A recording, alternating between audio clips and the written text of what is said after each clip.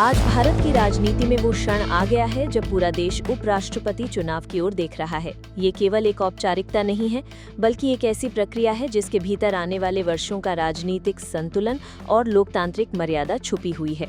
Congress party इस चुनाव को केवल सत्ता की दौड़ के रूप में नहीं देख रही, बल्कि इसे लोकतंत्र और संविधान की आत्मा के लिए लड़ाई मान रही है। राहुल गांधी और मल्लिकार्जुन खड़गे के नेतृत्व में कांग्रेस और इंडिया गठबंधन ने न्यायमूर्ति बी सुदर्शन रेड्डी को उम्मीदवार बनाकर साफ संकेत दिया है कि वे इस चुनाव को विचारों और मूल्यों की लड़ाई मानते हैं। उनका मानना है कि जब सत्ता की ताकत का इस्तेमाल केवल एक विचारधारा थोपने के लिए हो, तब विपक्ष की जिम्मेदारी और भी बड़ी हो जाती है कि वो संविधान की रक्षा करे। राहुल गांधी ने अपने भाषणों में लगातार इस बात को दोहराया है कि भारत केवल चुनावी आंकड़ों से नहीं चलता, बल्कि वो न्याय, समानता और संवैधानिक संतुलन पर टिका हुआ है।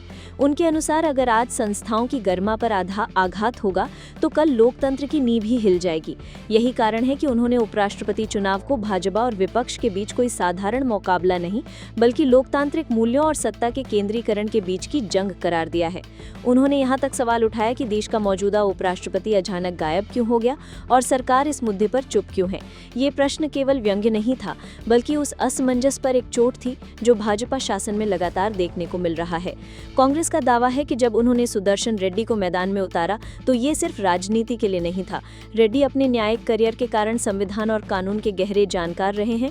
उनके नाम से ये संदेश देने की कोशिश की गई है कि उपराष्ट्रपति पद की गरिमा केवल राजनीतिक प्रतिबद्धता से नहीं, बल्कि नैतिक प्रतिबद्धता से जुड़ी होनी चाहिए। कांग्रेस का कहना है कि उपराष्ट्रपति केवल राज्यसभा के सभापति भर नहीं होते, बल्कि वे भारतीय लोकतंत्र की आत्मा को संरक्षित करने वाले एक संवैधानिक स्तंभ भी होते हैं। यही कारण है कि खड़गे ने उन्हें एक टावरिंग फिगर कहा और राहुल गांधी व सोनिया गांधी ने उनके नामांकन में मौजूद रहकर ये संदेश दिया कि कांग्रेस इस लड़ाई को गंभीरता से ले रही है। इस बीच विपक्षी दलों ने आज संसद में एक मॉक पोल भी आयोजित किया, ताकि ये सुनिश्चित किया जा सके कि उनके सांसद मतदान की तकनीकी प्रक्रिया को समझे और कोई वोट व्यर्थ न जाए। कांग्रेस का मानना है कि विपक्षी दलों की एकता तभी मायने रखती है जब वो अनुशासन और रणनीति के साथ आगे बढ़े। राहुल गांधी ने सांसदों से अपील की कि ये केवल वोट डालने का दिन नहीं है, बल्कि ये लोकतंत्र के इतिहास में एक ऐसा पल है जब विपक्ष ये दिखा सकता है कि उसकी भूमिका केवल आलोचना करने की नहीं, बल्कि लोकतांत्रिक संतुलन बनाने की भी है।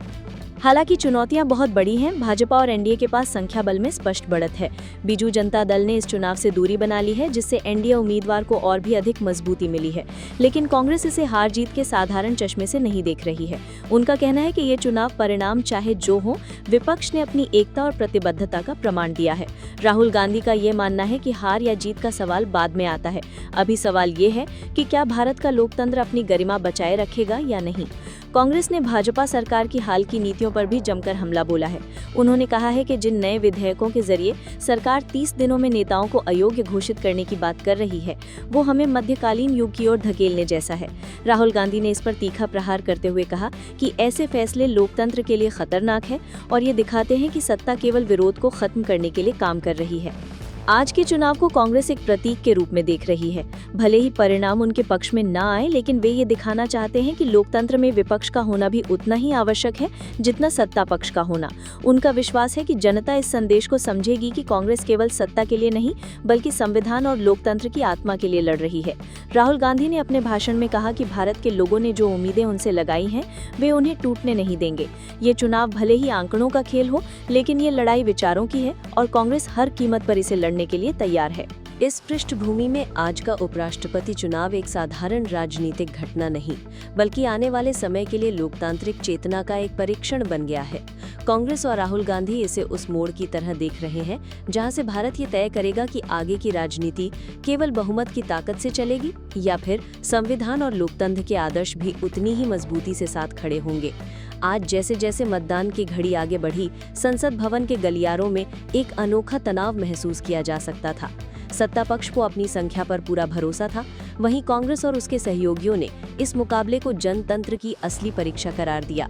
राहुल गांधी ने मतदान से ठीक पहले अपने साथियों से कहा कि ये केवल मतपत्र पर एक निशान लगाने का पल नहीं है, ये वो क्षण है जब हम आने वाली पीढ़ियों को ये बता रहे हैं कि हमने लोकतंत्र की रक्षा के लिए अपना कर्तव्य निभाया। कांग्रेस का पूरा अभियान इस विचार के इर्द गिर्द घूमता रहा कि चाहे हार हो या जीत, विपक्ष को अपने मतदाताओं को ये विश्वास दिलाना है कि उनकी आवाज संसद में गूंजती है।